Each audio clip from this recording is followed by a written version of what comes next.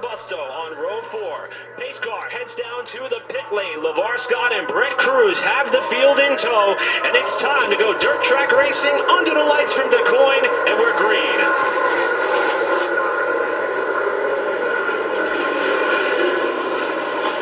Nice job by Lawless Allen, but he's going to have a battle on his hands. Max Reeves is inside of him. Reeves with a good launch from the inside of row 2, and now alongside the 20 for the race lead. Down the backstretch for the first time.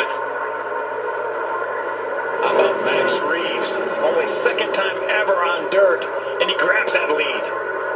Max Reeves on lap 1 to the point from third, while Lawless Allen tries to fend off Butterbean. Scott and Cruz come together with Kopsky looking way down low. 3-1 for fourth. I know this racetrack's wide, but I've never seen him go 3 wide here. Reeves to the point. Allen second. Queen running in third position. I need to get there. Made his first Arca dirt start at Springfield after practice and qualifying were washed out. We caught up with Max earlier today and said, how are you feeling after 100 laps in Springfield? He said, I'm ready to go. This is a lot of fun, and he proves it on the opening go-around. I'm saying, guys, the Arca series has got to be fun, man. Nice, solid start by 3 drivers with admittedly not a great deal of dirt experience. Butterbean probably has the most experience of those 3 up front.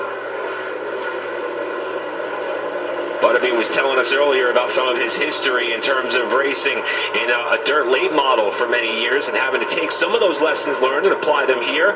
How about Jade Avedisian in the Venturini Motorsports number 25, making her Arca Menards Series debut? This is the first time she's ever raced on dirt in a car this heavy, but she has lit up the world not only on the dirt side, but also in pavement stock cars over the last few years, and she's having a great run trying to chase down Kelly Kopsky just ahead of LeVar Scott, who hangs it out going into 1. I talked to Jade after practice. I said, have you ever felt anything like that? She said, no, it's amazing how heavy these cars are on dirt. She has, as you mentioned, she has some short track pavement experience this year. Actually won a race in the Cars Tour, right? First woman ever to win a race in a Cars Tour, and really doing a nice job. But this is where she came from. This is her background on dirt. LeVar Scott, who was the runner-up at Springfield, was very fast in the only practice session held here earlier today. Started in 4th position, trying to chase Avedisian down, see if he can get back up to where he started after losing a couple of spots after a 3-wide fight at the end of lap 1 coming off turn 4. Remember, we mentioned at the top of the show how black and how much rubber this racetrack has taken. You can see it right there. It's at least 2 lanes wide of black rubber down on this dirt track.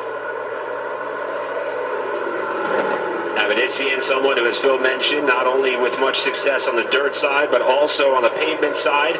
Sent it to Brandon White, who put an article together on ArcaRacing.com. I'm going to approach this with an open mind, but every race that I enter, I want to win, and that agenda is not going to change, even though this is something completely different for me, as LeVar Scott continues to pressure Avedisian for this spot.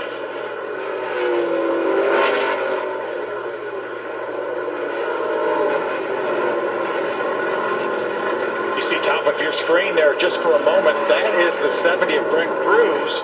Remember, our odds-on favorite for this race.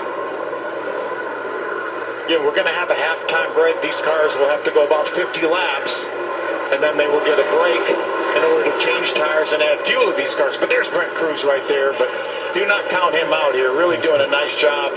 Right now running in the 4th spot, trying to chase down Butterbean. And if we think back to Springfield, even though Cruz started on the front row here for this race tonight and faded to that 4th spot, at Springfield, due to qualifying being rained out, they lined the field up by points. So he started pretty much mid-pack there.